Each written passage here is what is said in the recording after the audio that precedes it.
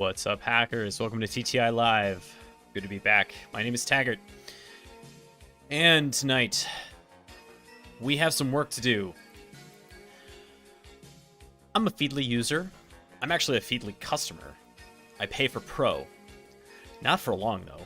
Here's why. As Molly White of Web3 is going great fame has reported, and that I saw and did a double take about, Feedly is introducing this new feature. How to track the protests posing a risk to your company's assets with Feedly AI. So, yeah, Feedly's had AI stuff for a while. That's not particularly interesting to me, but the fact that it's being aligned to corporate interests like that, sucks. And so, here are the deets on this. From the announcement, they said, so we're excited to release 2 new Feedly AI models, protests and violent protests. They help security analysts, track riots, strikes, and rallies that pose a risk to a company's assets and employees. Okay, first of all, what freaking company has a security analyst that is tracking riots, strikes, and rallies? There's only one kind of security analyst that tracks riots, strikes, and rallies, and they work for the CIA or the NSA. That's about national security. I don't think, unless you're like the Altria group, look them up, you probably don't have a group of people who are specifically looking for the kinds of protests that would cause monetary or physical harm to your organization. Lots of places do reputation tracking. That's a different situation. And it's like just searching social media, basically, right? And keeping a monitor on what's going on there. That's not what this is. This is a different thing.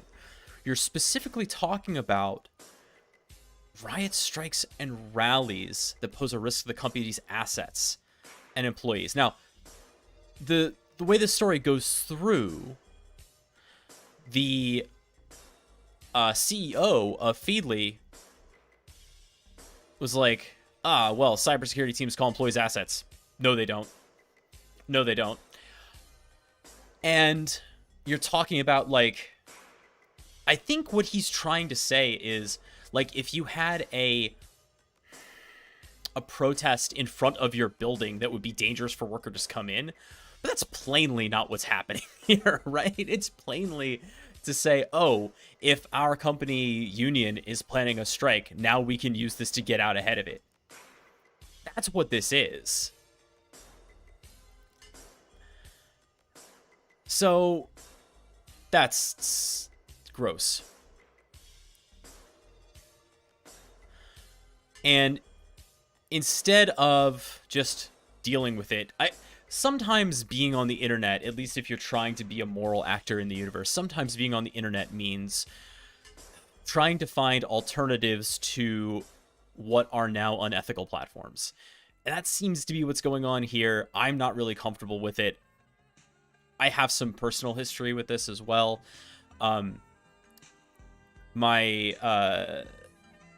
half-brother was a labor organizer for a long time, and he, in fact, was investigated by the FBI to the point where, like, he had to kind of go off the grid for a little bit. There's a whole thing. The ACLU has a case on it. Like, I don't like it when corpos and cops decide that they are going to go after organizing labor.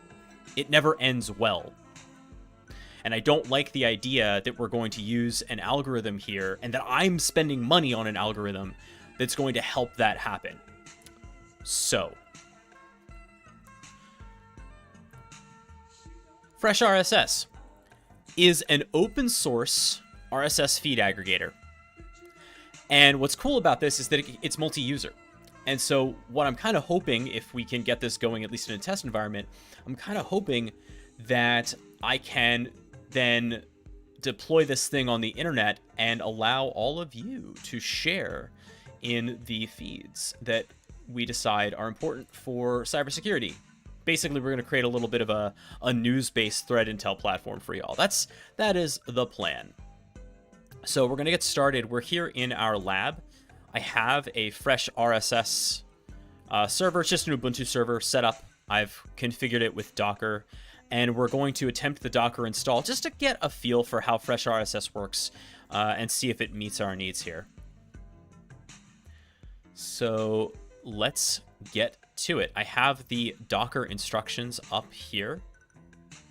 I already have Docker Compose set up here. This is easy enough. And I do want to use the Docker Compose version of this. So what's up first?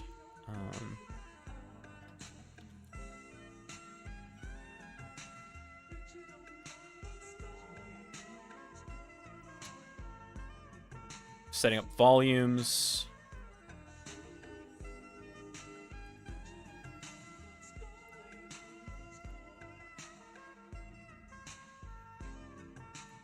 Where is Docker Compose?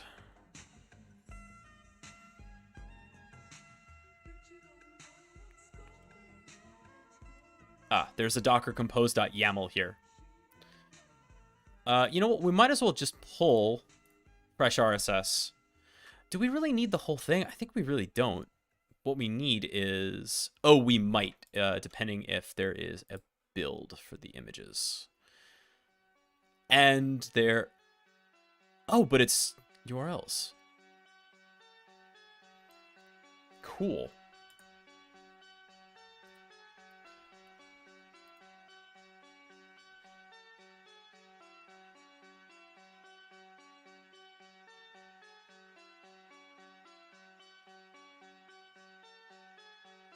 Okay. We're connected here. And so let's make a FreshRSS file. And we'll touch the .env for now. And then we need to grab the Docker Compose.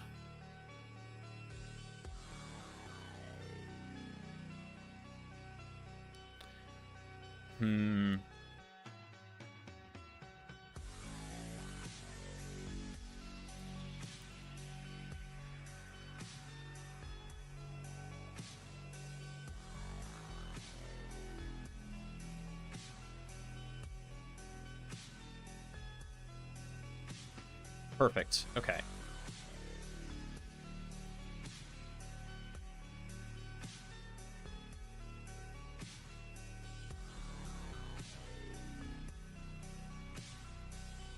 The time zone's not going to be Europe, Paris. We're going to set that to America, Los Angeles. Everything else looks good.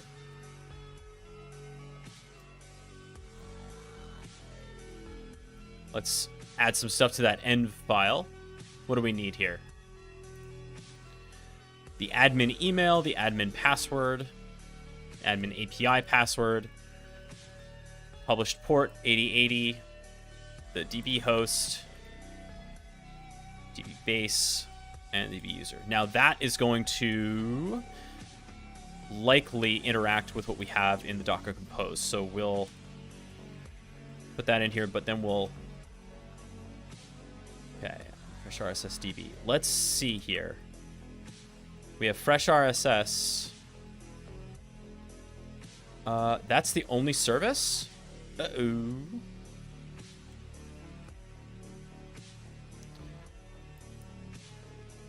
See, FreshRSS DB should be another...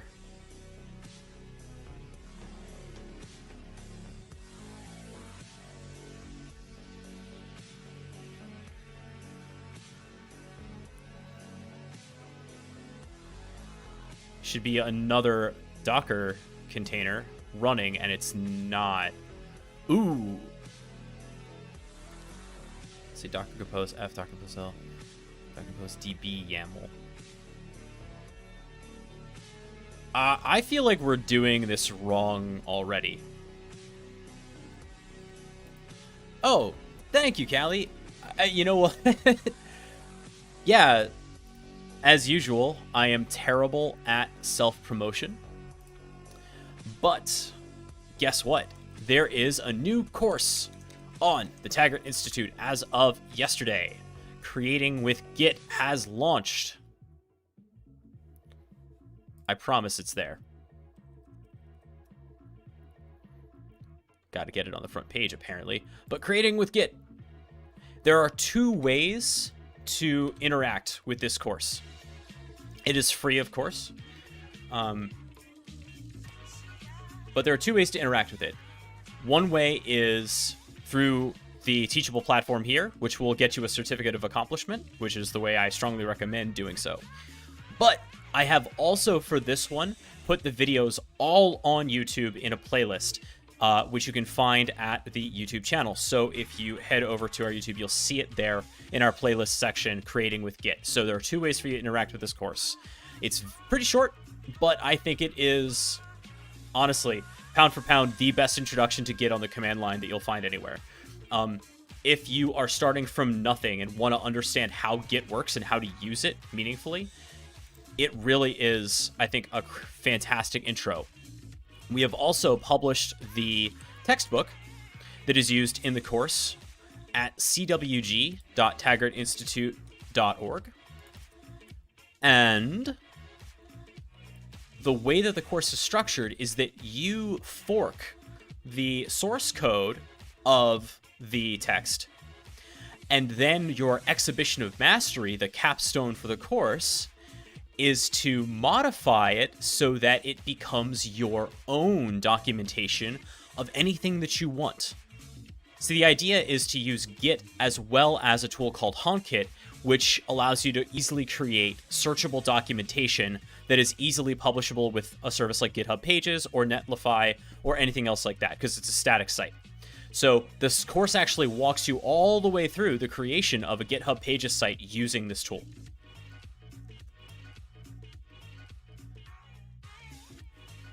All right. Promo out of the way. Yeah, I think we basically need to pull FreshRSS. We need to pull the full repo here. That seems to be what it's intending for us to do. Which is fine.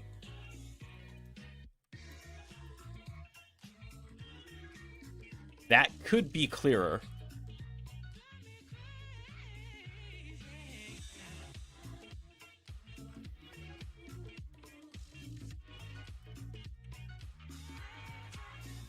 $36 megs, not too bad. Okay.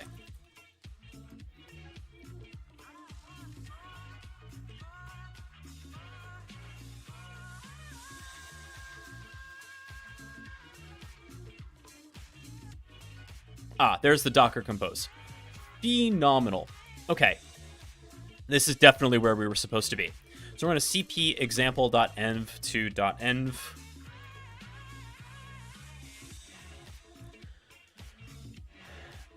And let's vim.env here.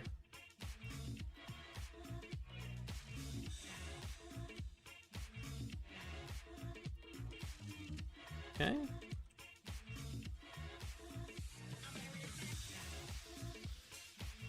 We'll leave these alone for now. We'll obviously change these up later. Address at which the fresh RSS will be reachable. I believe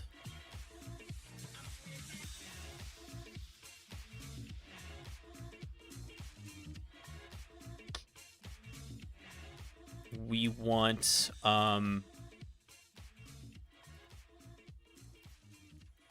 the IP address for this, because we are not using a DNS server with it right now. This is all local, and we haven't assigned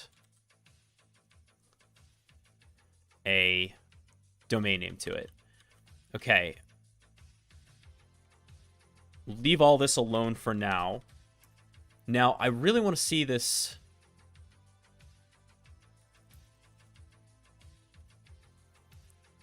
Okay, so Docker Compose is FreshRSS by itself. And then if I look at the Docker Compose DB,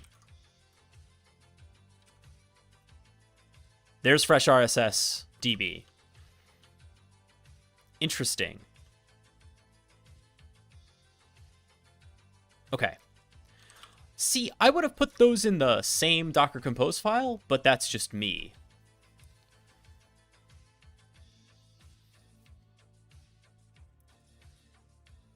What's this local here? Okay. So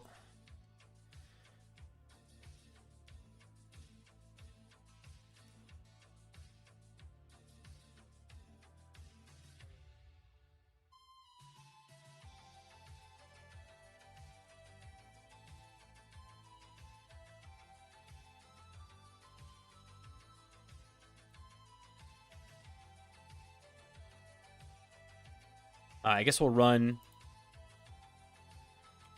Docker Compose pull.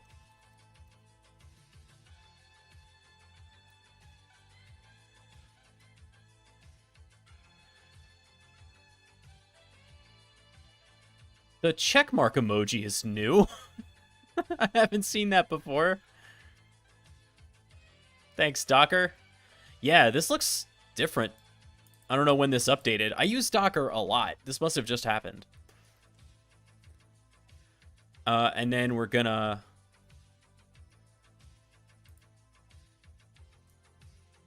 Interesting. You can... I didn't realize that you could give it multiple compose files in sequence. So docker compose -f. Ooh. up-f docker compose.yaml f docker compose db.yaml, and then docker compose local, I think was the other one, right? And we'll of course do that detached and remove orphans.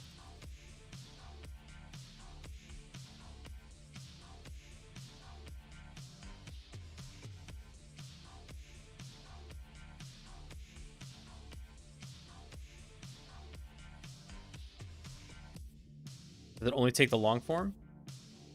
See, this is a difference. This is driving me a little crazy with Docker projects, which is that they haven't updated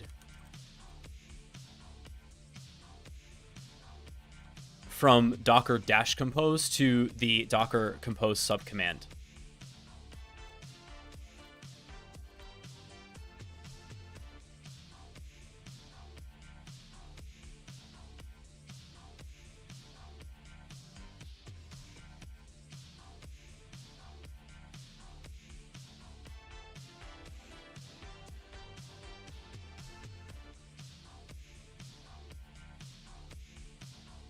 There we go.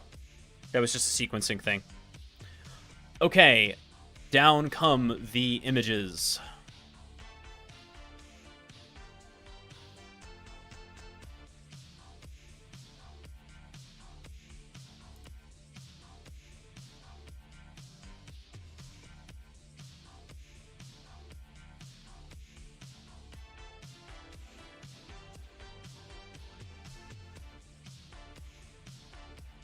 Okay, that was really fast.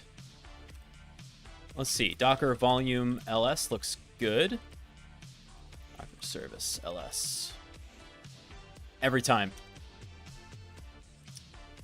Docker container ls. What do we have? Okay. So we have FreshRSS available on 8080, it seems like. Let's try to get there.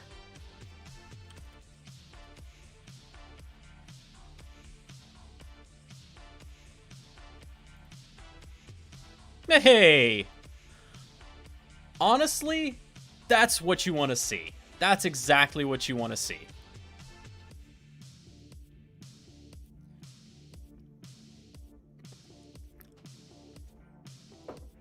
The Docker Compose stuff is a little bit funky, but other than that, looking good so far.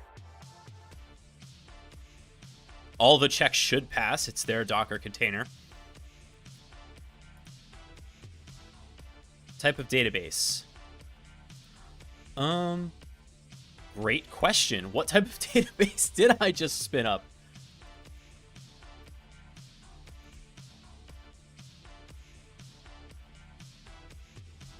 Postgres. Cool. FreshRSS DB. FreshRSS should be FreshRSS. All like that. I think that's all right. Yeah. DB host. FreshRSS DB. Yeah. Yep. It should be all good. Is there a table prefix? I don't know. Let's take a look at the...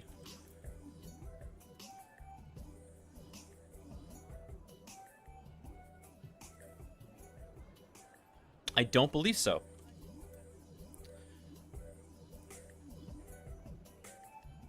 All right, we passed that step.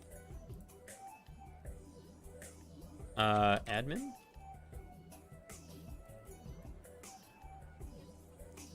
Authentication method. This is fine. Interesting that it requires JavaScript.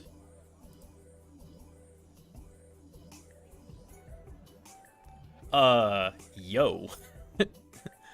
I am very happy with that.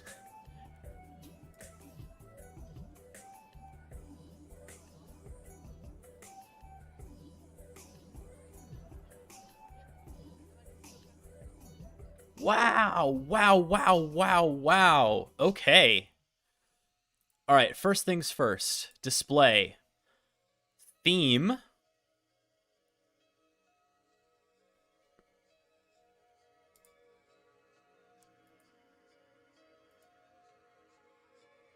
This theme is no longer supported. Oh, we have some.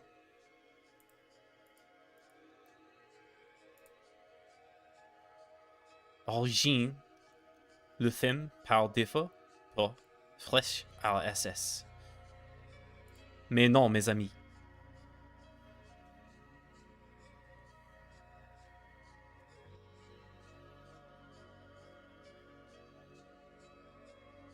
Nous avons besoin d'un thème noir.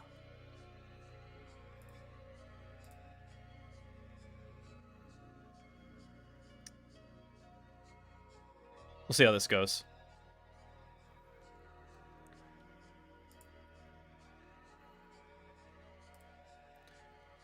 I told you that my time zone was America lost. Oh, that was in the other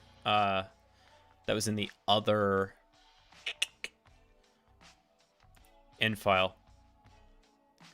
Taggart installs a language pack without us other thing. Hey Chad, good to see you.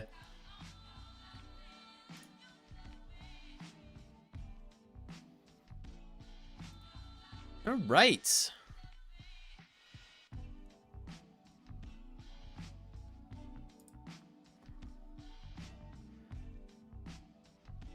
In order for us to really know what is up with this, we are going to have to go back to our RSS feeds and understand how this works.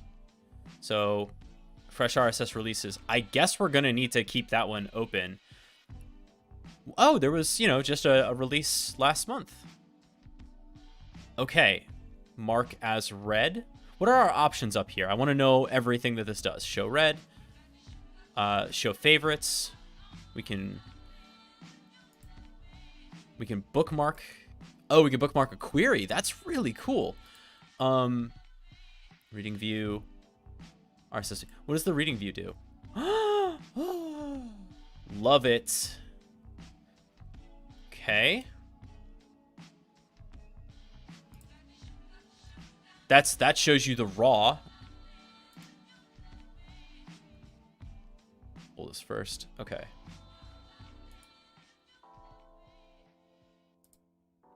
That takes us to our list view. Oh, very cool. Okay. So clicking on that takes me there. If I go back, that takes... Okay. We'll mark all as read here. Selected articles have been marked as read. Okay. We'll show only unread. And yet these remain. Okay. Let's talk about subscriptions then. Because we have like mainstream, which is this here, and we have different labels. Okay. Okay, so we have categories. Let's add a category.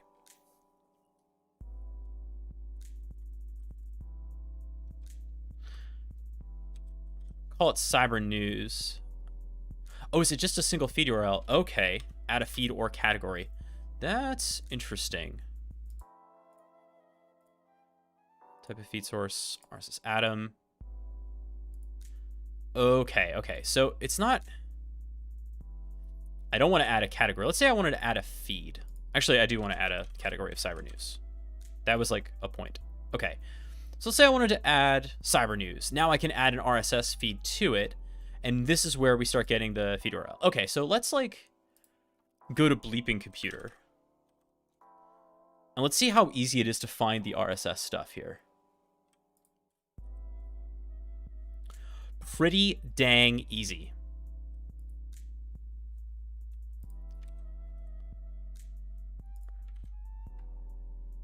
Okay. It should be RSS Atom. And we'll just add that. Bleeping Computer, all stories.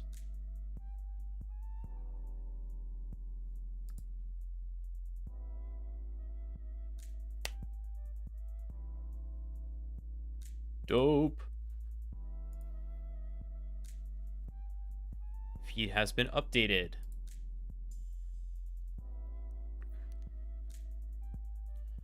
Oh, man.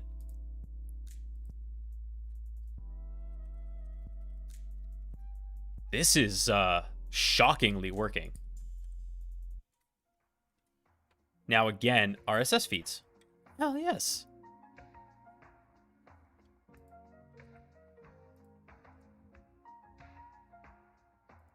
I always let Feedly do this for me, so it's kind of great to see that it's so easy to get these things.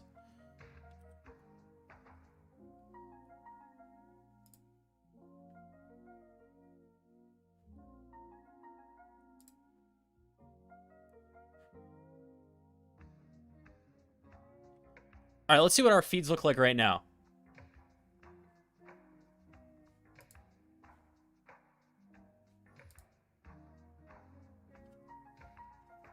I mean, that's a lot.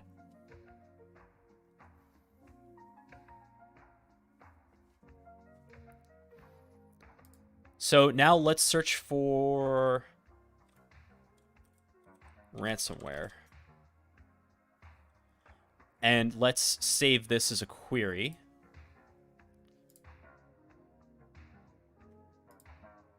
Query numéro 1.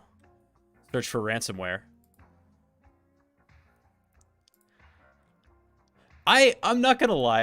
I love working with European open source software. I think it's so fun to see like how the internationalization works, and sometimes when it doesn't. Classic example of that was God, I spent years of my life working with Moodle. And it always drove me crazy that in Moodle, the open source learning management system, you sorry, I'm a little punchy this evening. You enrolled in a course by pressing an enroll button that only had one L, which in the United States is weird, and everywhere else apparently on Earth is fine. Hey, Sar. Good to see you, bud.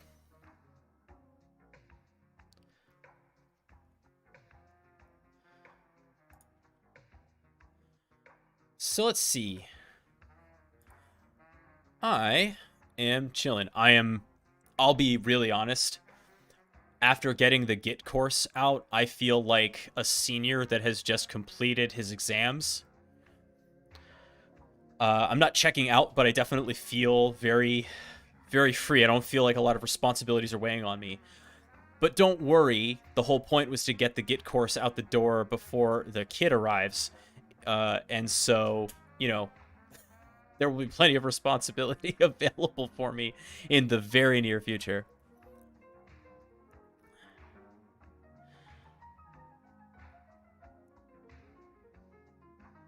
But to get that course out the door, I did a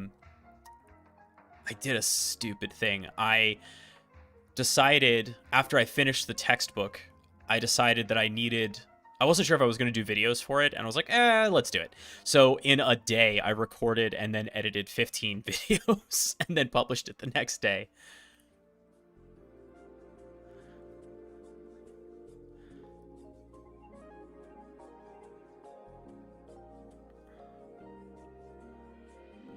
Okay.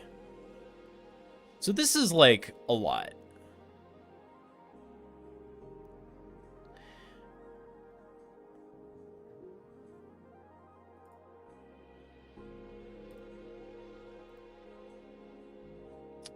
Ah, see, this makes this a lot cleaner. So I can look at bleeping computer stuff. I can look at Hacker News stuff. Good God, Hacker News.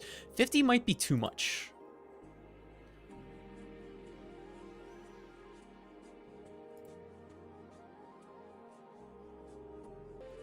Ah, see, that's pretty good. So over here, I can click on the Hacker News and say, all right, this is all good here. Oh, hey, actually, this is a story I want to talk about briefly. Microsoft tightening OneNote security by auto-blocking 120 risky file extensions. It's not entirely accurate. I mean, it is, but it's only for the M365 version of OneNote, which means that if you are still using OneNote 2016 or 2019, it doesn't apply. Those extensions will still work. So somebody can send you a .1 file with a batch script or a VBS script or whatever hidden inside of it, and it'll still work. Only for the M365 version, because it's an administrative control, is what they're adding. They're adding like a block at the admin level to prevent that attachment. It's not, which is really like a OneDrive thing. It's not really happening in the software itself, which is kind of misleading, and I wish that they would be clearer about that.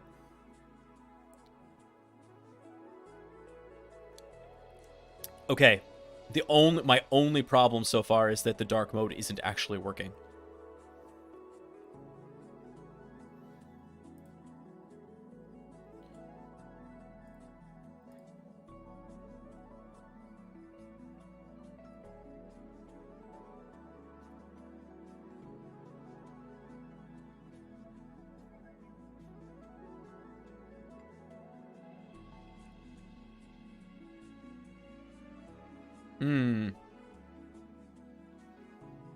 Do I like this better? Do I like this theme better? I for sure do not. This is way worse. No. No. The blue-orange thing, I get the complementary colors, but nah. Ah. There we go. There are the dark themes.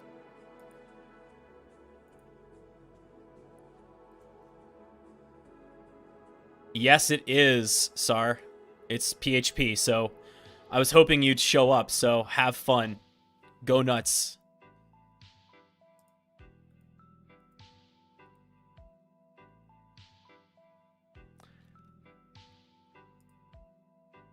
There we go.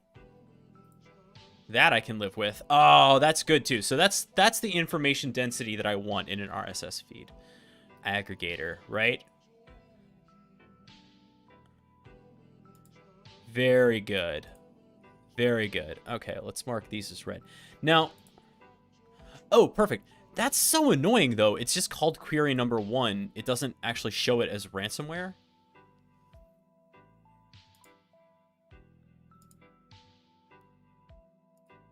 Can I rename it? I can rename it. Okay.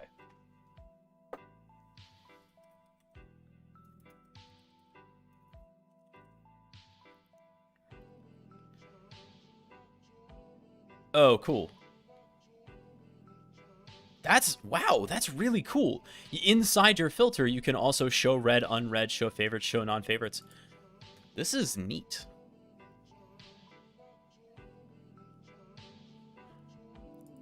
I'm in. There is going to be like a feeds.taggart institute or taggarttech.com. That's going to happen. And we'll make it available to people. And I think this thing republishes a feed as well. So if you wanted to connect to it, you can connect it to other clients, I think. If I remember, we can close the NixOS stuff.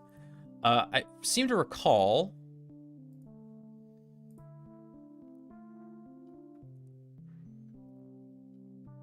that, yeah. So the clients supports access from mobile native apps. So you can actually set this up.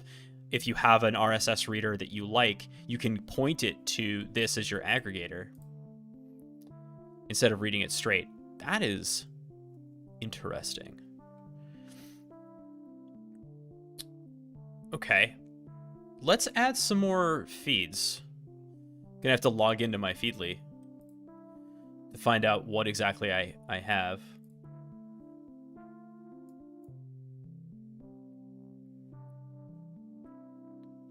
Okay, won't be doing that here. I'll just get another window open. There we go. Okay, Feedly feeds. I have a cybersecurity and I have a NatSec feed. Those are the two things that I kind of do. And the reason being is that the two inform each other. So what do I have? I've got Brookings, foreign policy, Rand. Okay. Now, this is cool because I might be a little bit more specific with my categories in this. So, for example, Bleeping Computer and the Cisco Talos blog are not the same thing. You know what I mean? The Cisco Talos blog is research, and that I think we should consider differently. What's the easiest way to get there? Probably just to click on this, right?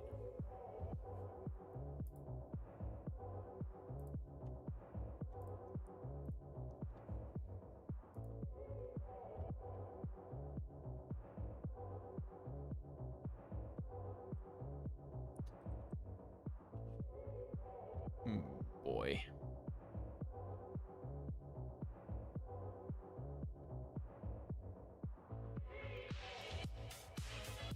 Now, this might be one of those that isn't an RSS feed, but the Feedly can just pull. You know what I mean?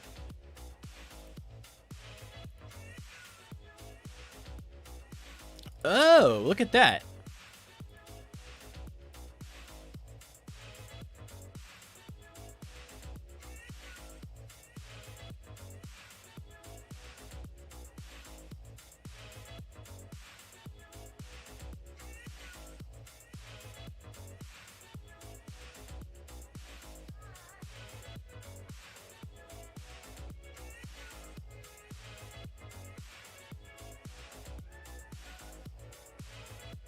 Uh-oh.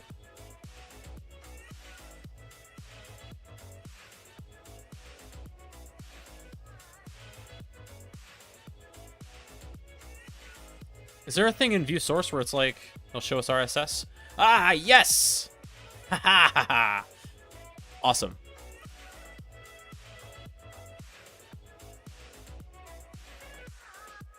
All right, we found the Cisco Talos feed.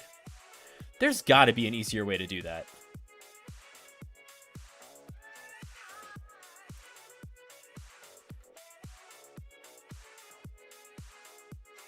Okay. It is what it is for now.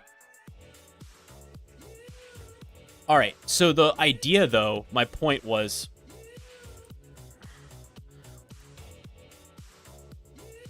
security research should be its own category of thing.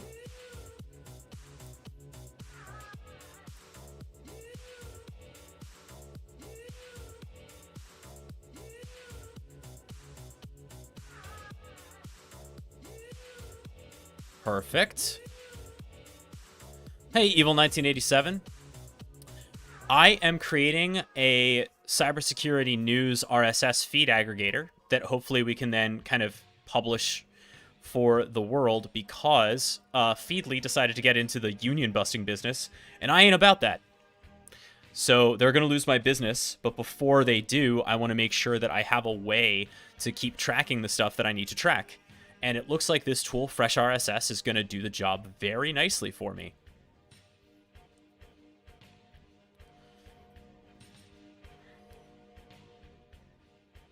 Yeah. So if I click on security research, we just see Talos right now, vulnerability spotlight.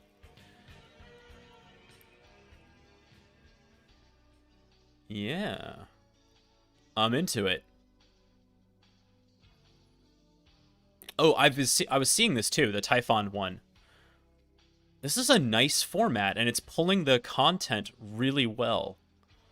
Images look good.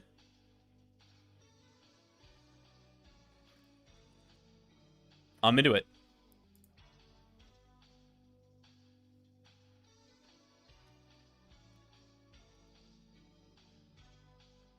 Okay. What else do I need to add here? Cyberscoop doesn't really do anything. Dark reading, I'm going to take off, because dark reading is 100% just like vendor BS. It's not good content. If you've ever looked at dark reading, look, these are all just like republished press releases. With the, like, sometimes there's a weird fun story, but almost every time it's, yeah, no. Dark reading can beat it. Databreaches.net, though, you, my friend,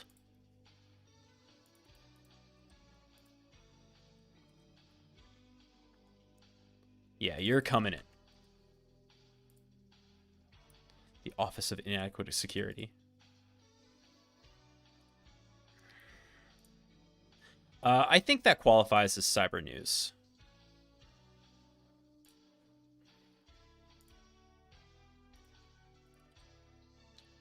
Yeah.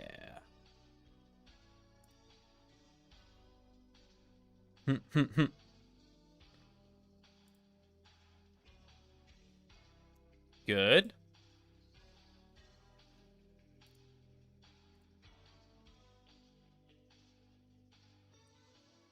Genesis Market is now searchable, and have I been pwned? Oh yeah, good. If you're not familiar with databreaches.net, it's a great source of information. And by the way, if you're not clear about what's happening here, what I'm essentially putting together is a high-level threat intelligence platform. And when I say threat intelligence, a lot of times people combine that term or overload that term to mean different things. Let's go to the old pyramid of pain to talk about it. Yeah. So when we talk about threat intelligence, it comes in flavors that loosely approximate David Bianco's pyramid of pain, right? Where threat intelligence feeds, automated feeds, can have indicators of atomic indicators of compromise, like file hashes, IP addresses, domain names, which are pretty short-lived, and the ingestion of those should be automated, right? So get those feeds going into any tools that inform things like your firewalls or your NDRs, or your EDR stuff if you're maintaining that yourself. All of that should be automated. Above that, we're talking about behavioral stuff. And in order to understand behavioral stuff, there are tools like Sigma rules that can do some of that. But honestly, there's more to the story beyond this pyramid of pain. What goes on beyond the pyramid of pain? You're talking about industrial context. You're talking about geopolitical context. You're talking about economic status. Meaning, you have to think about where you are in the threat landscape, and you have to think about who your potential or likely adversaries might be. And depending on where you are, both what industry or where you're situated geographically, those aren't always going to be the same. And the only way to understand that really is to read this higher level research and begin to understand the stories of what's going on and who's getting hit by what.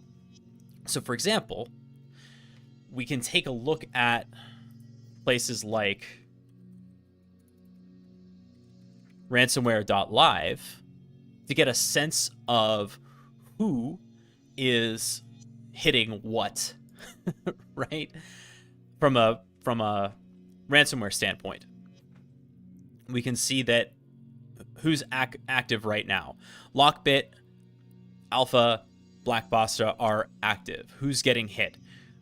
We have lots of small business. There's no particular pattern for any of these right now that I was seeing. I did see some healthcare earlier. Vice Society. Oh, perfect. Vice Society was the one I was going to mention anyway. So Vice Society, we know, is going after schools. That's like their thing, is they tend to go after schools.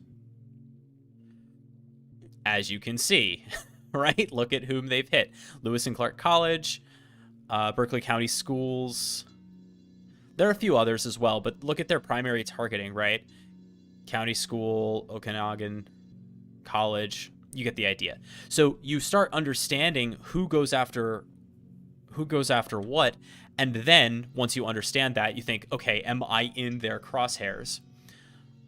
How do I use this intelligence to defend against these particular threats? You don't want to focus too much, right? You don't want to over-calibrate to a specific set of TTPs, but it's helpful. And so for that reason, a bunch of my day is spent reading, understanding the adversary. I will not quote Sun Tzu because it's overquoted, but that first part is in fact helpful.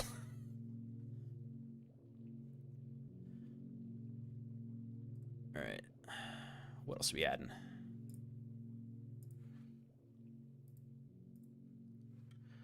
Let's see here. Health IT security, you know, even though it's kind of my thing more than anybody else's, it's pretty good. So I'm going to add that one as well.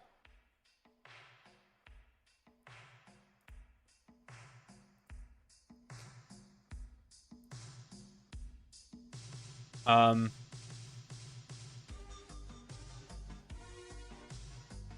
don't think that it should be a separate category, really. We'll just put it in Cyber News for now.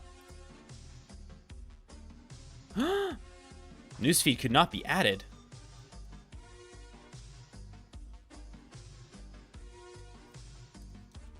Because it was weirdly an HTTP instead of an HTTPS. Bizarre. Let's try that again.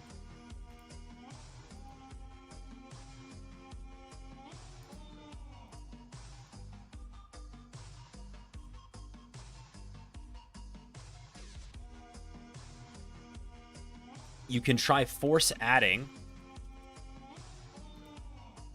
by adding bang force feed to the end of the URL. I shall. Wow. What's the problem here?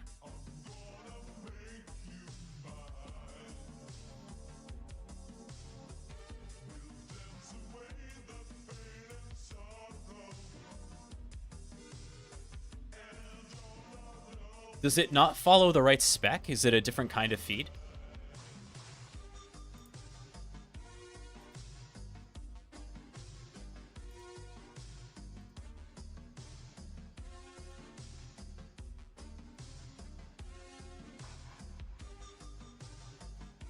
Maybe. So if we do XML and XPath, yeah. Title, description.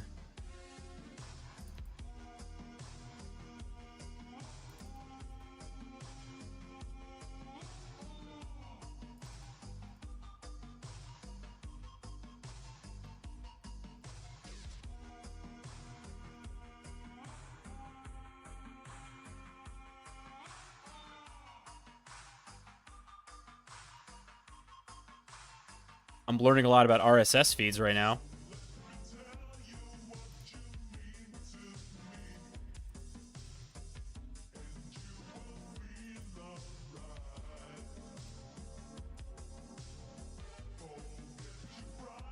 Ooh.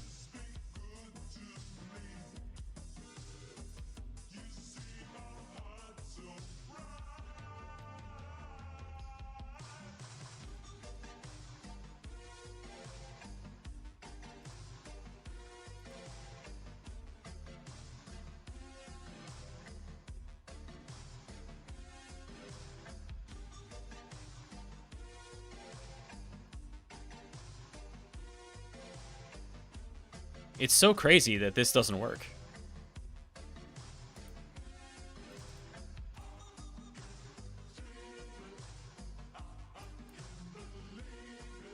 All right. You know what? Let's not mess with it for now. If it's going to be a pain. We'll leave it. Moving on. Naked security.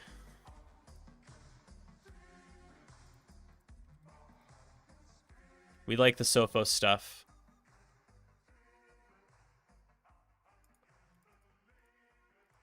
But it is definitely general content, I would say. Yeah. So we'll put that one in Cyber News.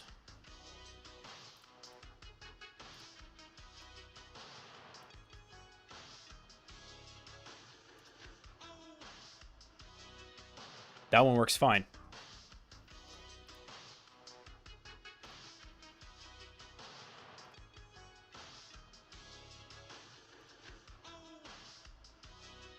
Ooh. Actually, you should be in Cyber News. Look at that! You can just drag and drop. What a nice surprise.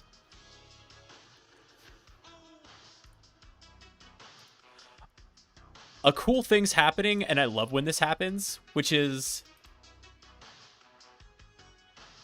I'm liking the open source alternative better. This is nicer than Feedly to me.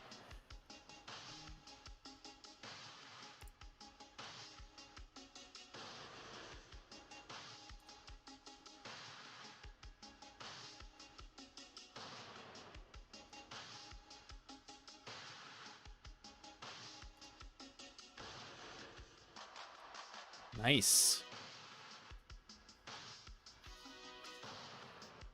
Ooh.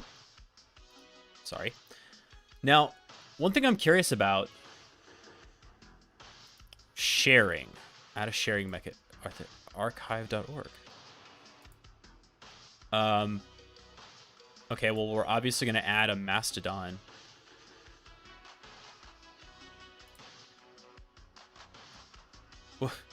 That's unhelpful. Share name display, share URL use. Okay. Sharing is not what I thought it was. So, like, there was share from here. Extensions. Interesting. And what kind of authentication options do we have? Allow anonymous reading of the default user's articles. That might be good, right? If we just allow people to take a look at the feed. 'Cause I don't want everyone to have to sign up for an account. Definitely not doing that. Oh my god. Unsafe automatic login. This seems like this, however, allow anonymous refresh of the article seems like a denial of service attack waiting to happen. So we will not be doing that.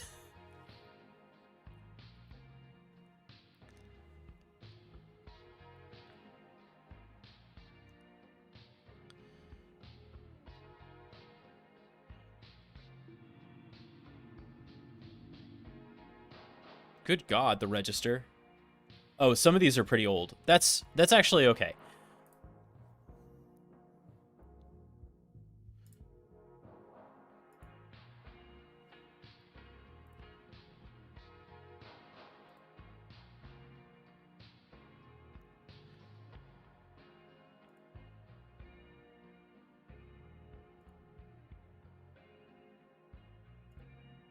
Mark all as read.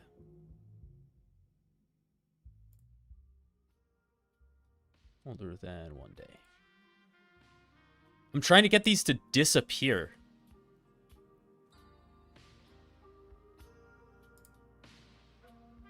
There we go. Oh, that's a little funky. I thought those were toggle buttons. You know, where it was like show read or show unread. It's not that.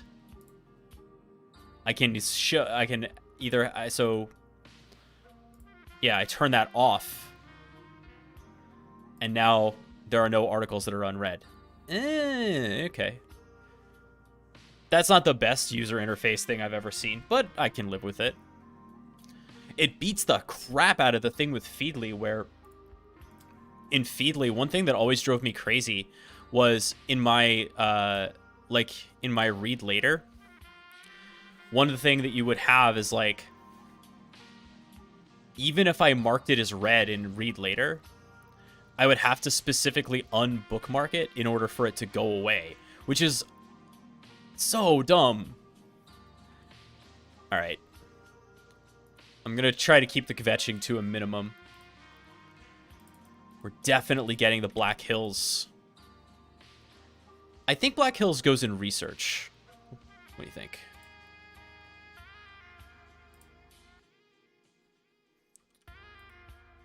Yeah, I think Black Hills goes in research.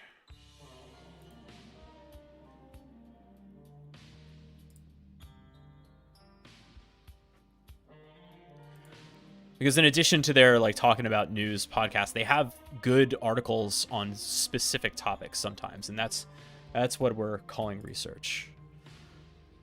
Krebs goes in cyber news.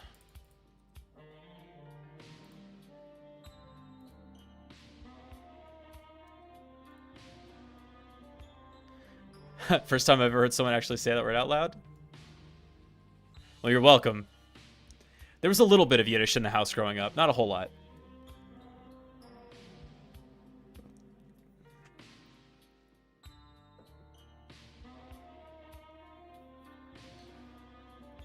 I was often told to get my tuchus over here if I was in trouble.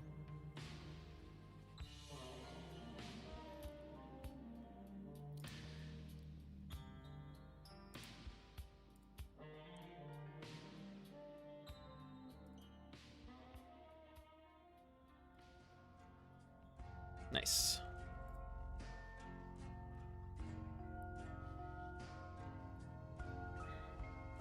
Do we need another category? Well, we'll do NatSec eventually.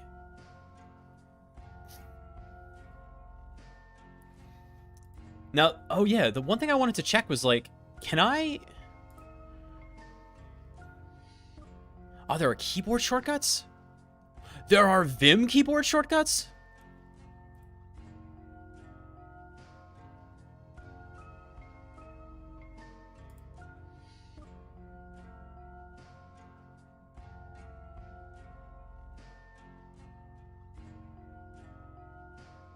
Okay. Registration form. Disabled for now. Force email address validation. That'd be interesting. Don't I have to set up mail?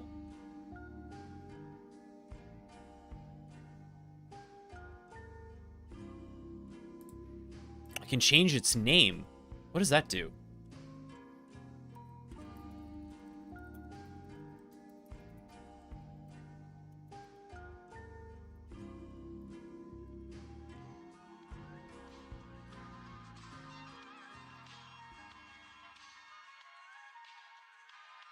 Changes the title up there. All right. Cool.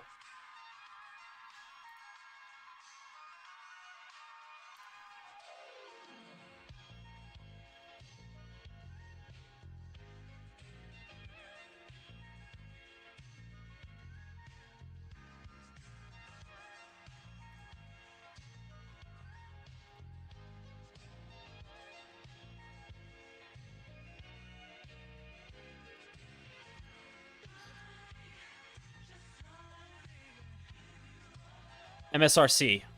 That goes in research. For sure.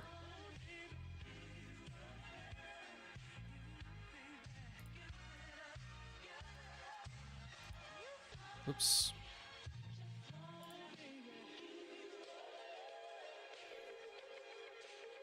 Oh no! This newsfeed could not be added.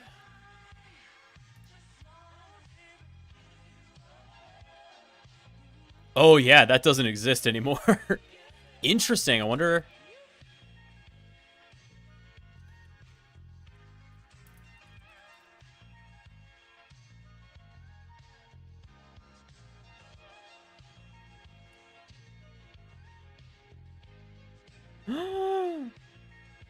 There it is.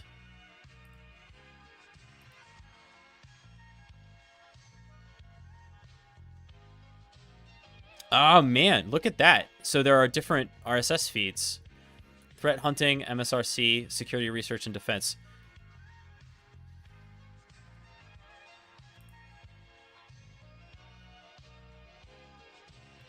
I mean, what do these different things look like here? Okay.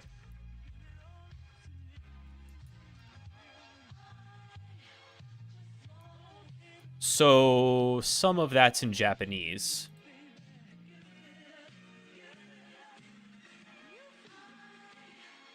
MSRC is looking a little better here. And then security research and defense. Yeah, I think this is the one that goes in security research.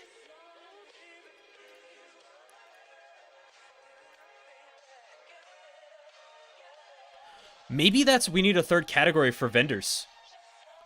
What do you think? MSRC goes, I think that qualifies as research, but I think we might need another category for vendors.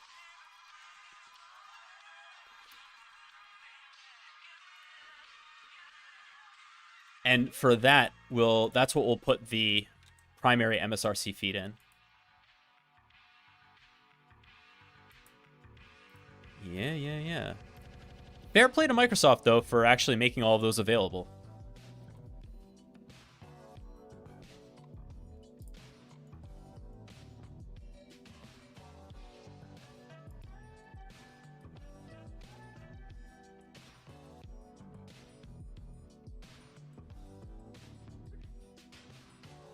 Making a void category, put feedly in it. Make a scabs category. Make a corpos category.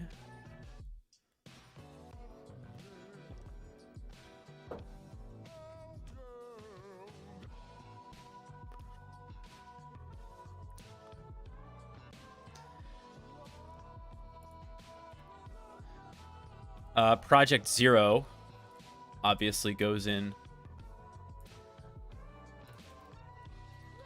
research.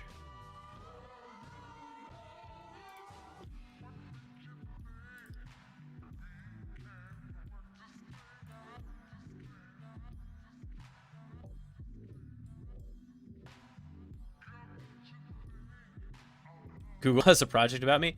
Yes, they do, Karen. Watch out.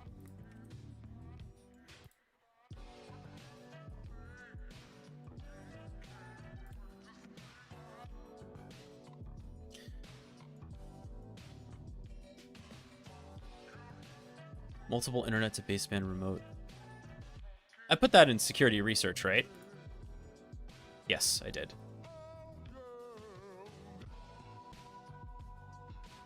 This is nice. This is only like 1 or 2 a month. I like the Project Zero cadence as opposed to the 0 Day Initiative one.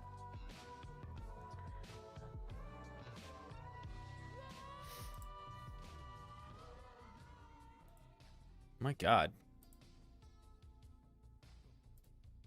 There we go.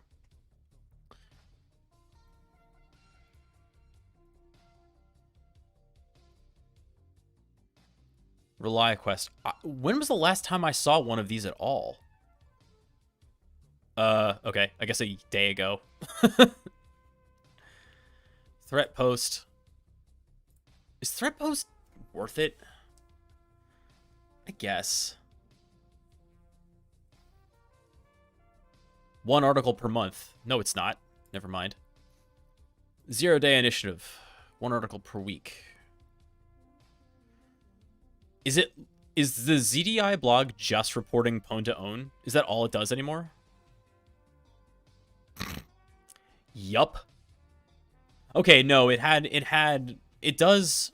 This is why I follow it, because it has a really nice breakdown of Patch Tuesdays. That's why I have the ZDI feed in here.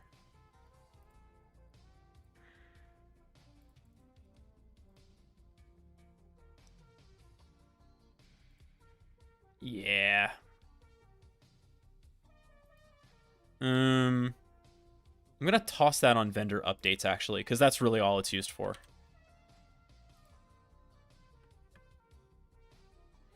Yeah, actually, that's fair. Because sometimes they actually have specific write-ups on... you'll go to research. You'll go to research.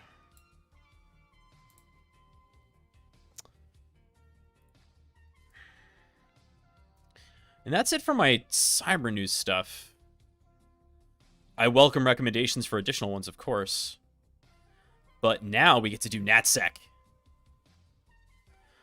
Now this will be pretty US-centric. Sorry, that's where I live.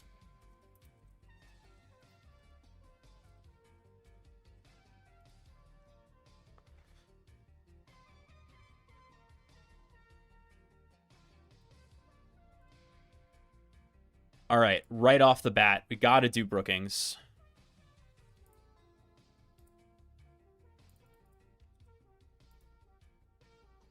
Whoa! Brookings has, like, multiple RSS feeds?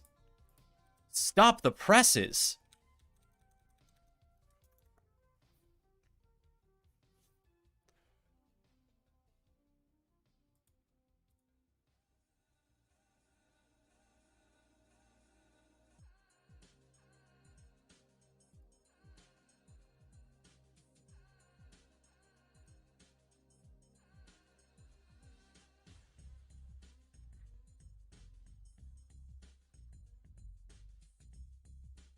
Nerds.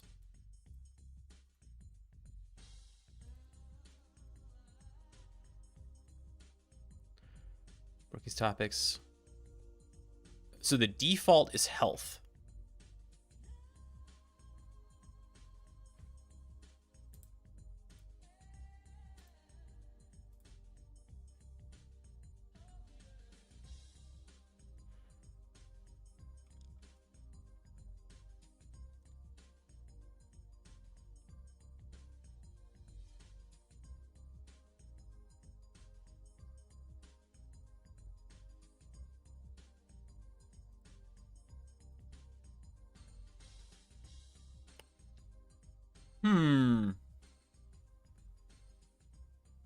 That's so interesting.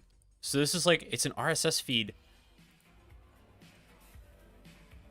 Does it have an atom? Same thing. Well, let's see what this does. Let's see what FreshRSS does with this.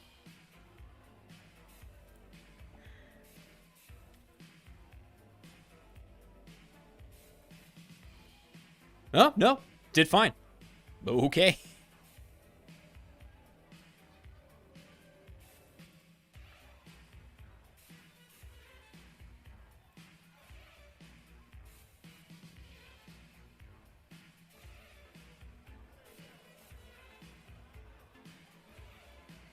Yeah, that works great. Okay. I was sweating that for nothing.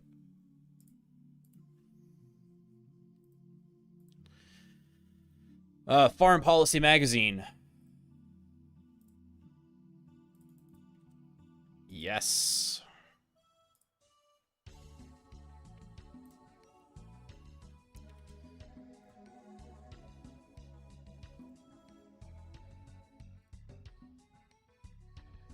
I definitely have lawfare in here, right? Yeah, I do. And then there's the Brookings topic of national security, which is somehow different.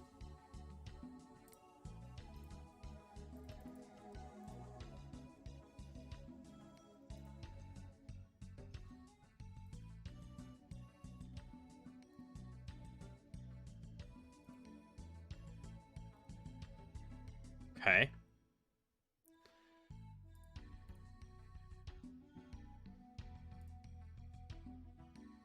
Is there anything here that, like, really we don't think is going to work? Lawfare better work. I'll be bummed if it doesn't. Oh, no. Great. Thanks, Lawfare. Thanks for making it easy.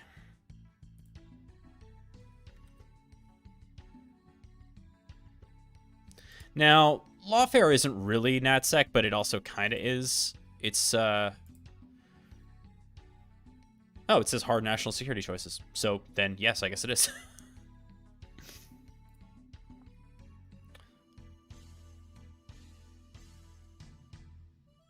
Obviously, they're going to cover some domestic stuff too, right? Like, I don't know any major criminal cases that are taking place, even if it's a state court.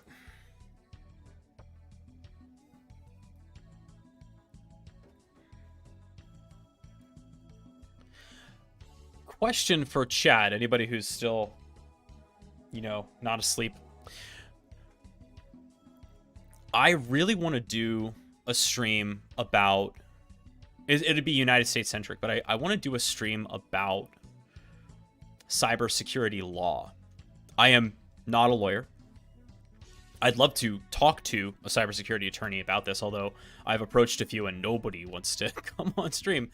But talk about the laws that exist, the current state of them, the enforcement of them, and the interplay between state and federal laws pertaining to cybersecurity, which would include things like regulations, including HIPAA, of course, but also things like the current state of the Computer Fraud and Abuse Act, the COPPA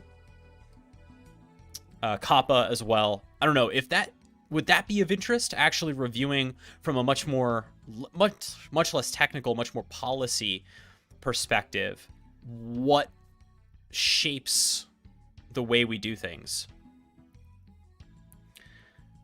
As an example of the kind of thing we might talk about. It seems obvious, but why is it? Why is it that when a hacking case comes up and is prosecuted, why is it, not prosecuted, but investigated, why is it that the FBI does the investigation most of the time? Why is that true?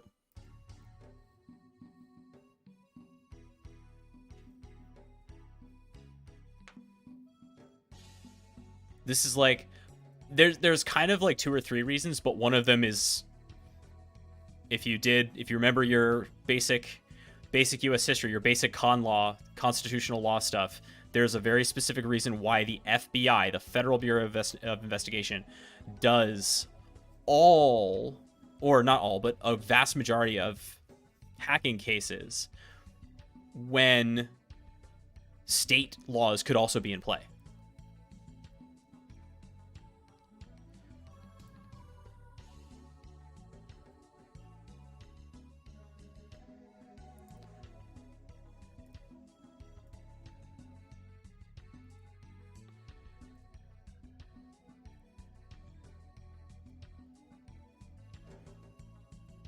So there's kind of 2 reasons.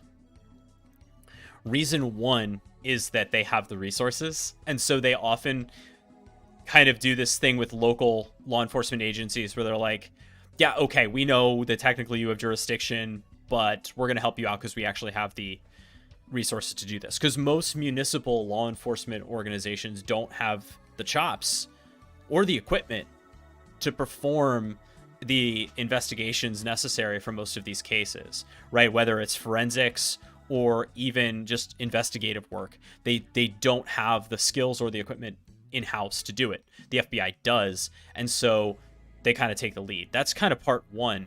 That's the very pragmatic reason why the FBI does most of this. The other reason is, if you look at the language of 18 USC 1030, the Computer Fraud and Abuse Act, if you look at the language, it's basically like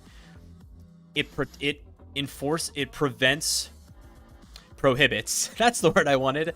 It prohibits the unauthorized access to government computers, protected computers is the language, which are either owned by the government and operated by the government. So anything, within the FBI, within the Department of Defense, anything that it belongs to the United States, right, is off limits. Or, and this is the kicker, any computer engaged in interstate commerce. And the reason why that can be one of the provisions is because of the Interstate Commerce Clause in the United States Constitution.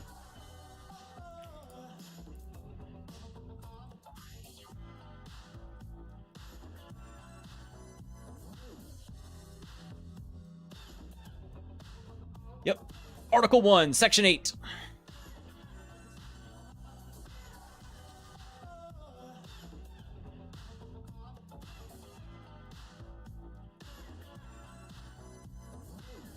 Article 1, Section 8 says that the Congress shall have power to lay and collect taxes, duties, imposts, and excises, to pay the debts, provide for the common defense and general welfare of the United States, but all duties, imposts, and excises shall be uniform to the United States, to blah, blah, blah, but importantly, to regulate commerce with foreign nations and among the several states. Which means that basically, in matters of interstate commerce, federal law takes precedence. Consequently, if you are dealing with a computer that is engaged in any sort of interstate commerce, meaning it's part of a business that does business in multiple states, it immediately qualifies under the Computer Fraud and Abuse Act, if that was the target of the hacking. Or, of course, if the suspect was in one state and was targeting a computer in another state, now you have multiple jurisdictions. That may apply. It also may mean that you have two jurisdictions in which the case can be brought if they want to just stay in the state. So,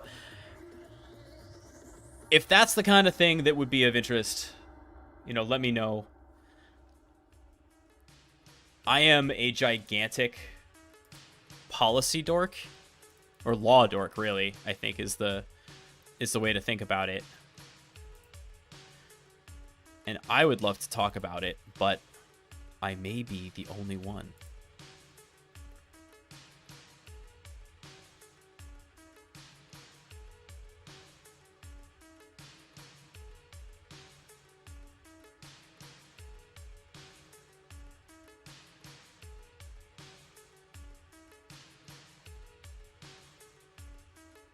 So how do we like this?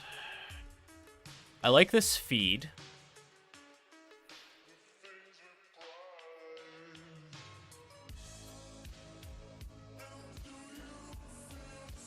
The global view is interesting.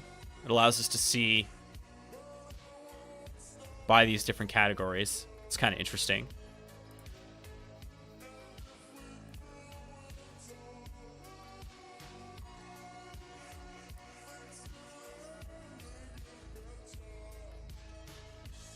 We've got the different saved queries.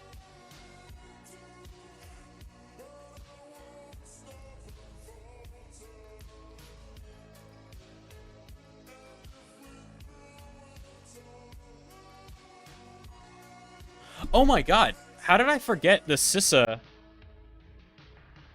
alerts?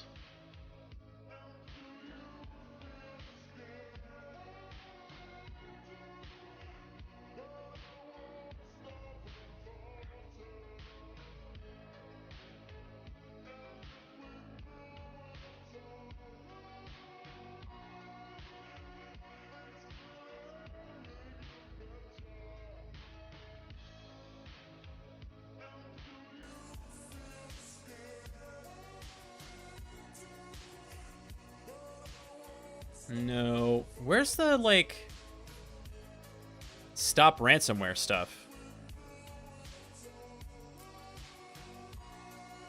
There we go. See? I knew there was something.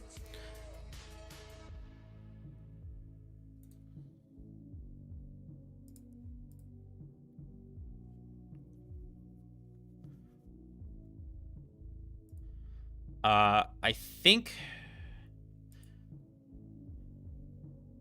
Where do you think we should put this one? If you haven't seen the CISA alerts and advisories, they're really helpful.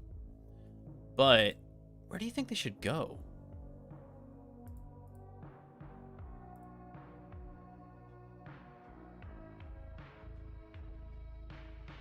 Maybe this isn't vendor updates. Maybe this is alerts and advisories.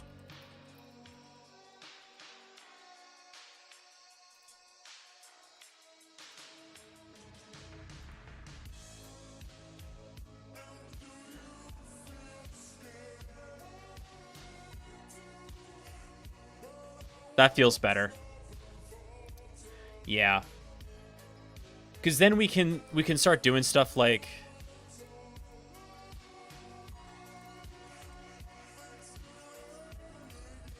Because VMware has a whole thing, right? Yes, exactly. And they have an RSS feed for it. Perfect. This is exactly what we want, right? We want to be able to put these together in one place.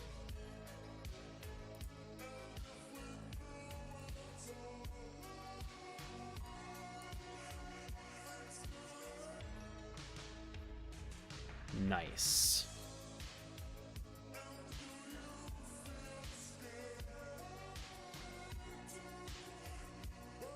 Cisco has one too, don't they?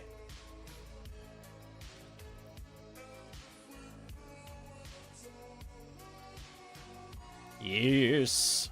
That's what I want.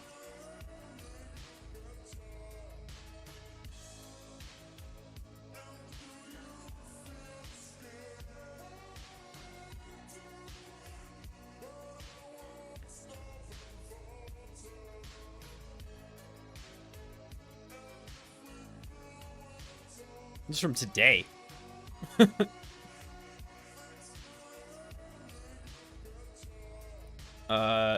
Please don't ask for an email address. No.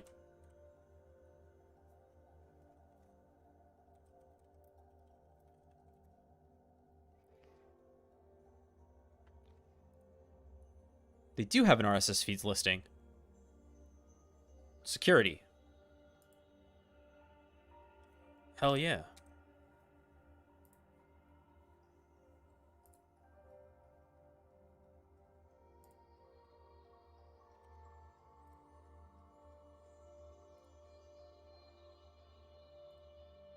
Am I crazy, or is this turning into like a pretty nice set of threat intelligence?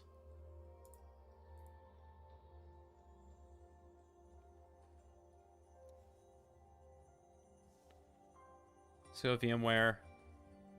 We have MSRC.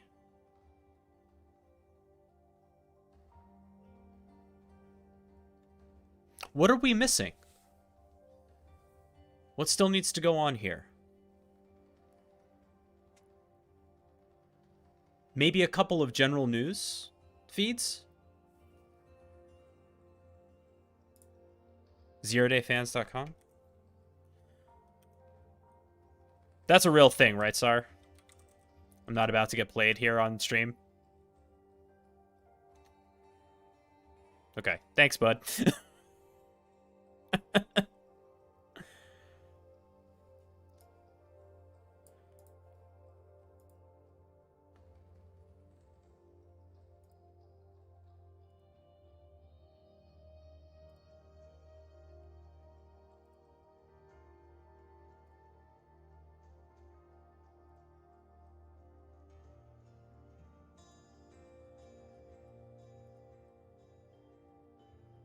Cool. Okay.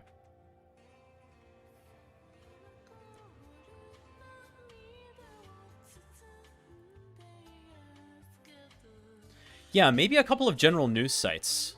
We'll add that category.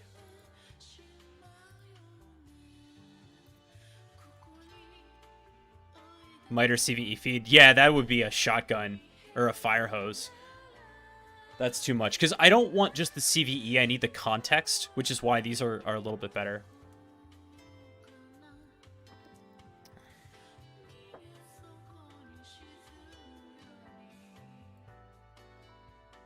We're not going to add much to general news. A couple of wire service places. So...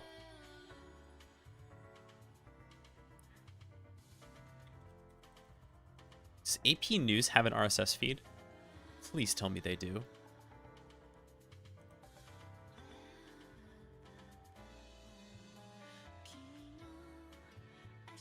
Just happened.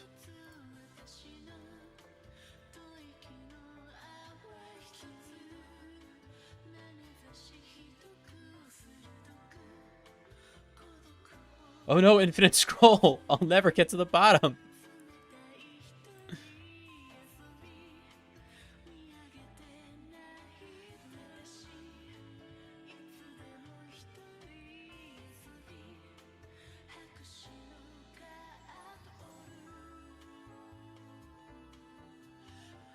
That's so funny. Oh, man.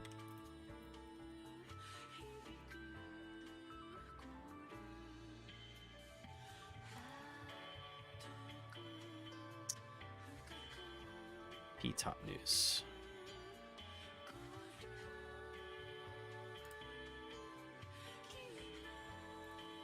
Oh, boo. Feed spot. No, no, no, no, no, no, no.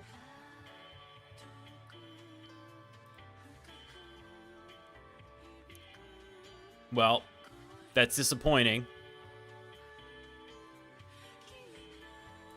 What about Reuters? There's no way, right?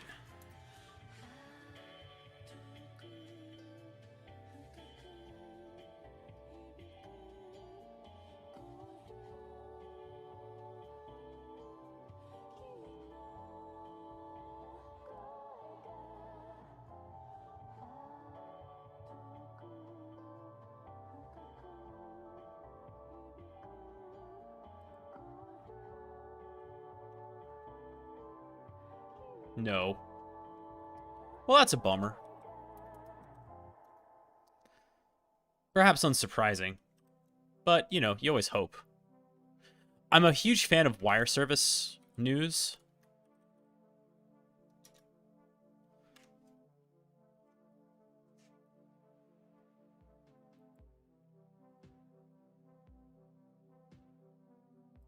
It's, I think, probably the easiest way to actually get news without spin. Now, Reuters definitely has a bent. It's extraordinarily pro-business. Pro-status quo, which is a bias, by the way. I don't know why everybody thinks it isn't, but pro-status quo is a bias, right? To express concern at change is, it qualifies as a bias. It might be a reasonable one, but it is one nonetheless.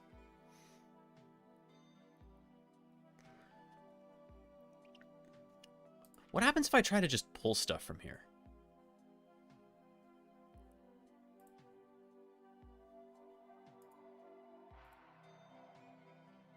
Here's why remote workers want to go back to the office.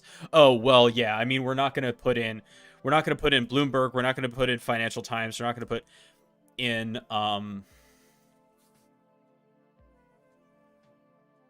did I say Bloomberg? Bloomberg and Forbes. Forget it. Right?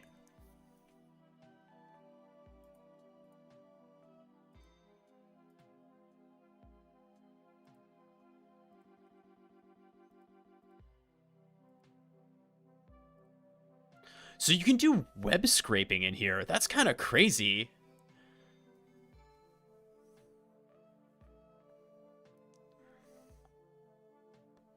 The feed title is here. Whoa! I wonder if we can actually pull this off. Here's a cool feed of file Etsy password.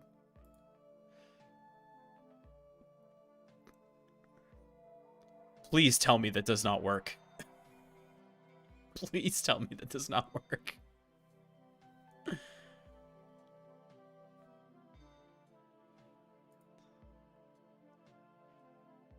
Hold on.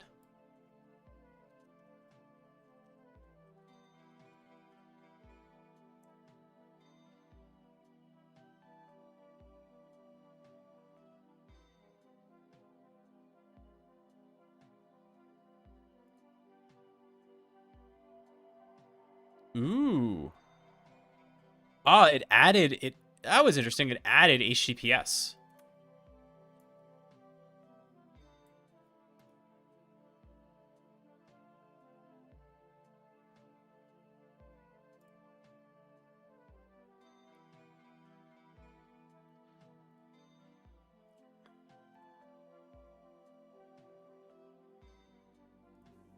So, how do we do this?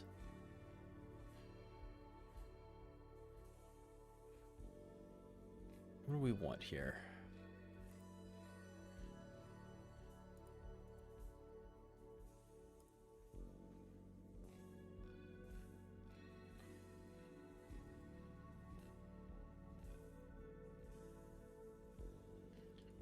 Are you also a text story?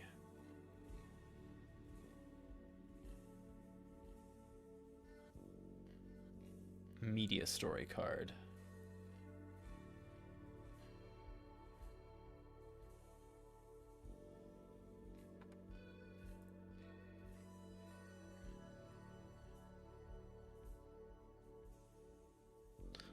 Let's try this with AP News. Might be a little bit easier to do it on AP News.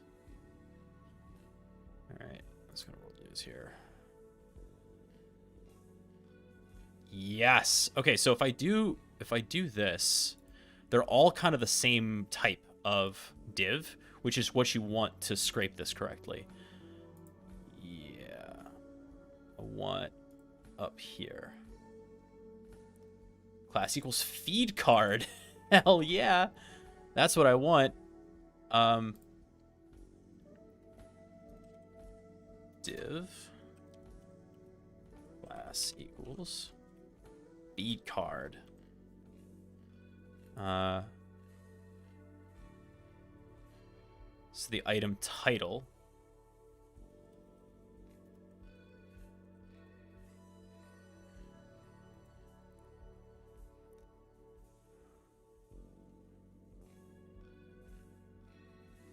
is in fact an H2. Okay. I think it's a couple down, but we'll see. Item content.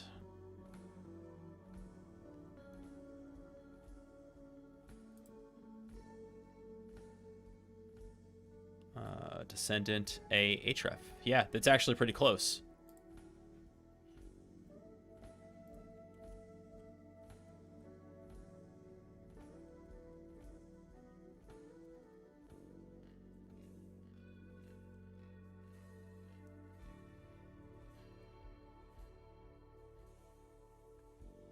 Item content.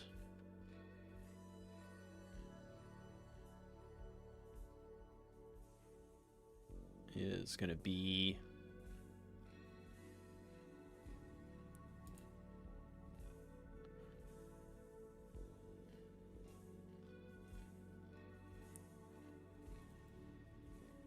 I think that's what we want. We want a descendant with a data key.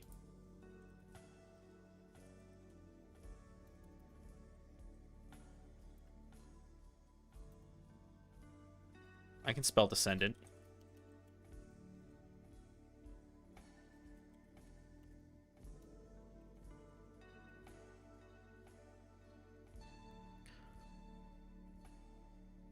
Let's see what this does.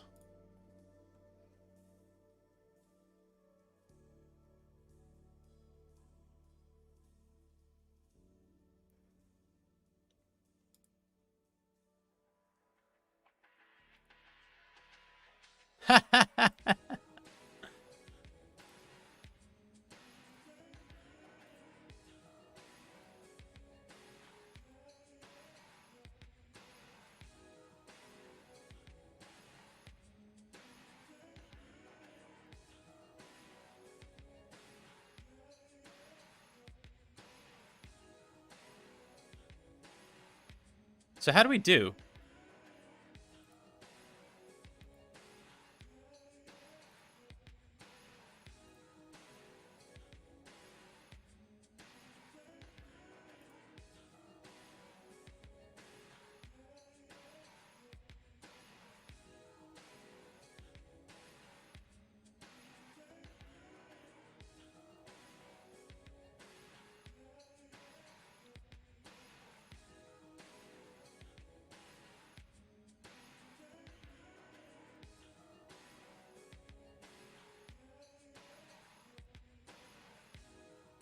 Boy, that did not work at all. I don't think. No, it did not.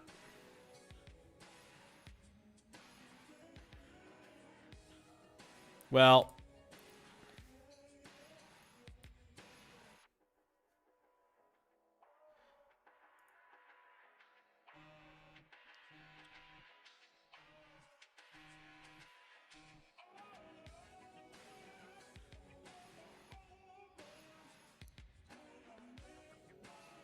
worth a shot, but I think we're going to remove it.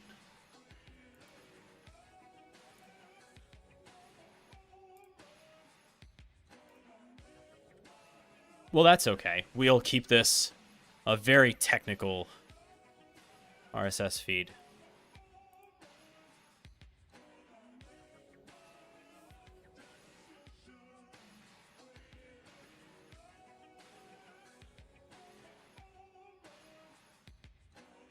I mean, feeling pretty good about this so far. There's a lot. It's a bit of a fire hose. But remember that the reason it looks like that is because we're going back several days. You know.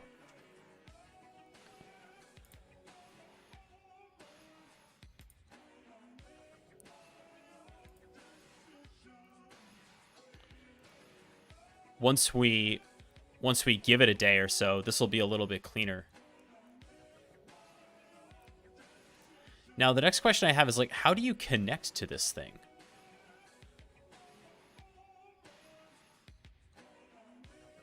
Oh, and there are extensions. What kind of extensions do we get? Custom JS, reading time. Reading time is a pretty good one.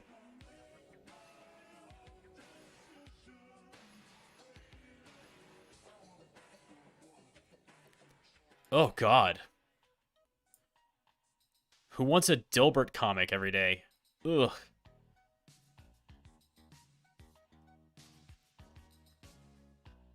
Boy, these are weird.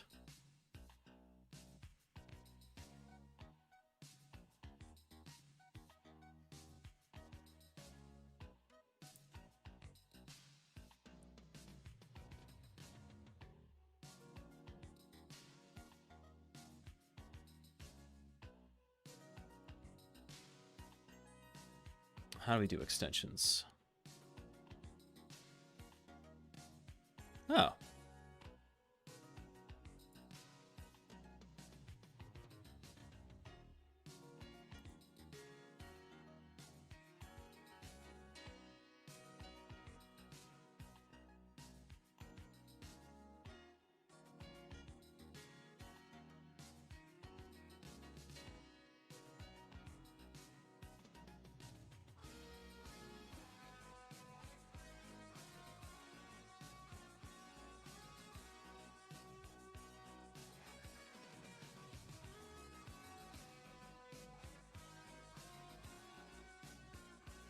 Am I missing an install button?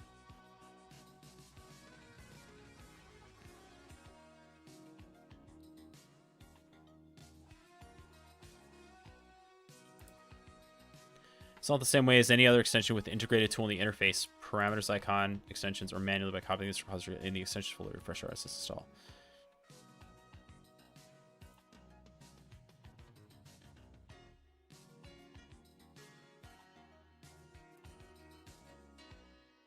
Is this one of those theme things where there's a button missing because the theme didn't render it?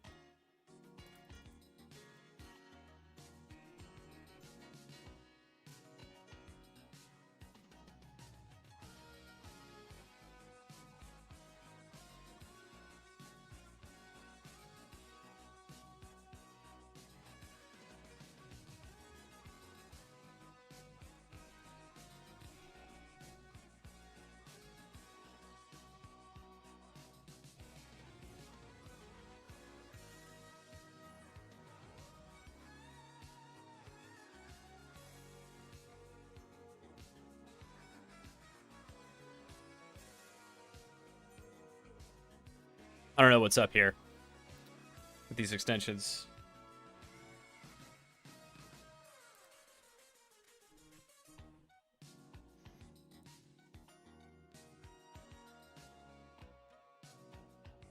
But we could install them directly. I don't like messing with Docker stuff that way, you know?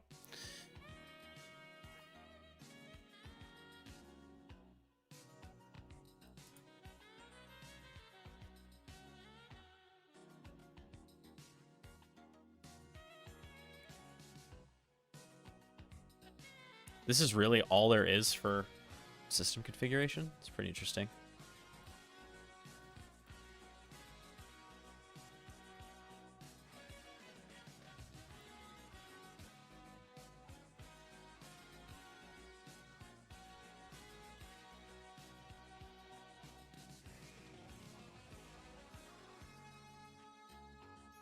How does this do?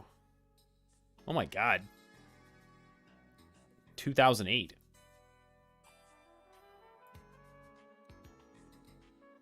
What happens if we search for 0 day?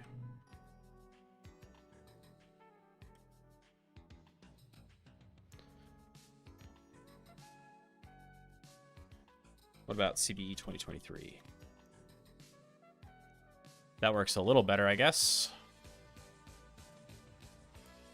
Now, what about stop ransomware? Ah, interesting. The CISA stuff doesn't show up the way that I thought it would. See, I think we're missing something.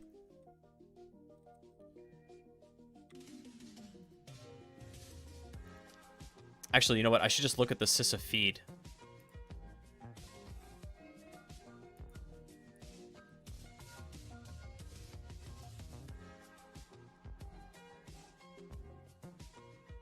Oh, that's because it didn't pull that far.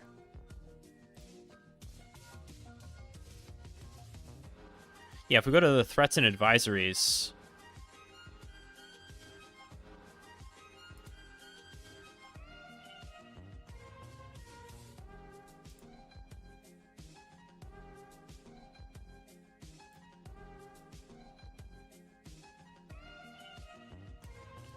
one of them should be... There it is. Okay, so the last one was on March 16th, Lockbit, and we didn't pull that far back. Okay. So we are getting the right feed. Yeah.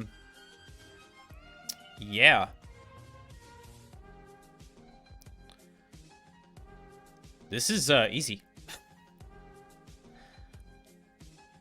Next steps then are to deploy this. And I got to think about how I want to do that.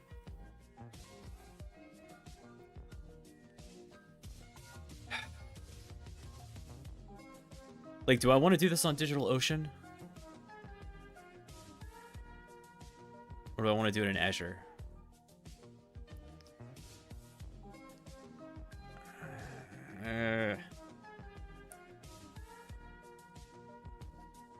I think DO. Well, I don't know. The pricing is pretty much a wash either way.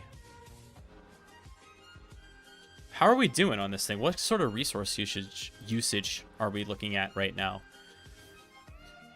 So we're using most of the 2 gigs that I gave it and very little of the CPU. Now, of course, this is getting no kind of load. And if the other thing is...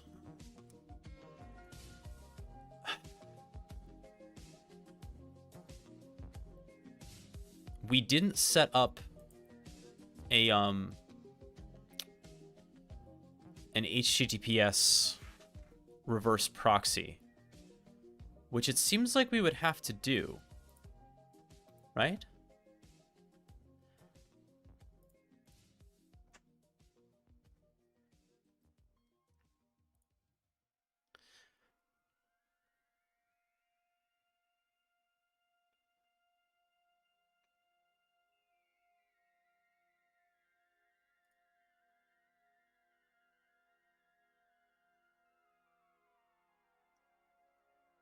Indeed.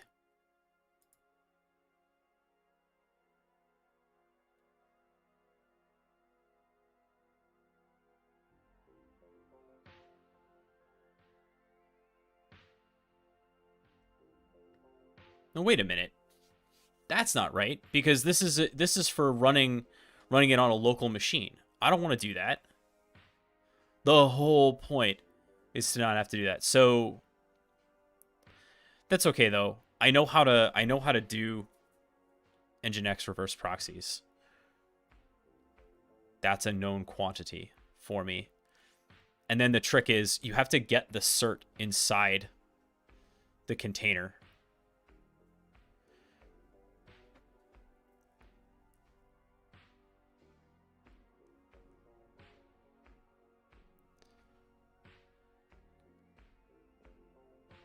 Yeah.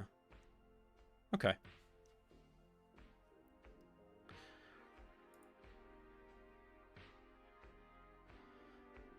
Well, unbelievably, this is what I wanted to do tonight, and now we're just like done.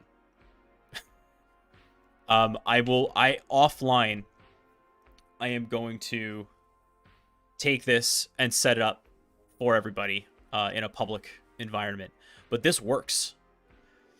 And it works easily enough that we're going to make this available as a service to the community so that people can have a cybersecurity news feed that they don't have to worry about Feedly.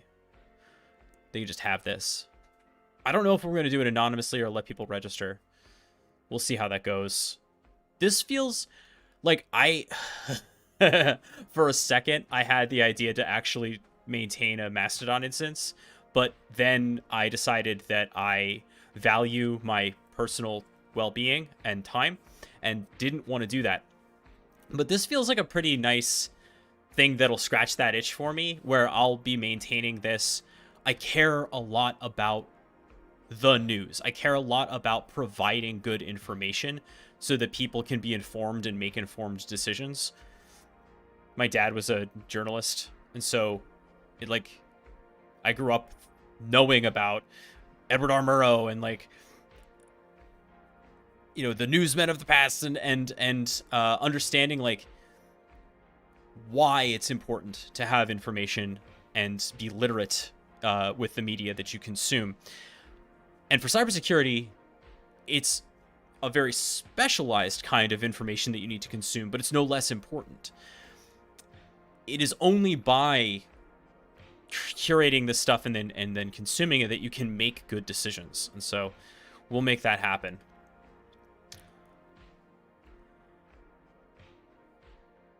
But I think that's going to do it for right now. Honestly, I know it's a crazy short stream, but we accomplished what we wanted to accomplish. We set it up as quickly as possible, and then we understood the feeds that we wanted to put in. So everything that's left is to just ship it to prod, basically. Little baby stream for tonight, but that's all right. Let's see. Is there anybody else who is currently streaming? I can no longer trust InfoSec streams. It's been wrong too many times. Yeah, nobody else is on right now. So I think I'm going to just let everyone enjoy their evening, I hope, or morning, or whatever it is where you are. And I will be back on Saturday. We have quite a lot to do. But until then, friends, please be good to yourselves, be good to each other, and happy hacking. I will see you next time.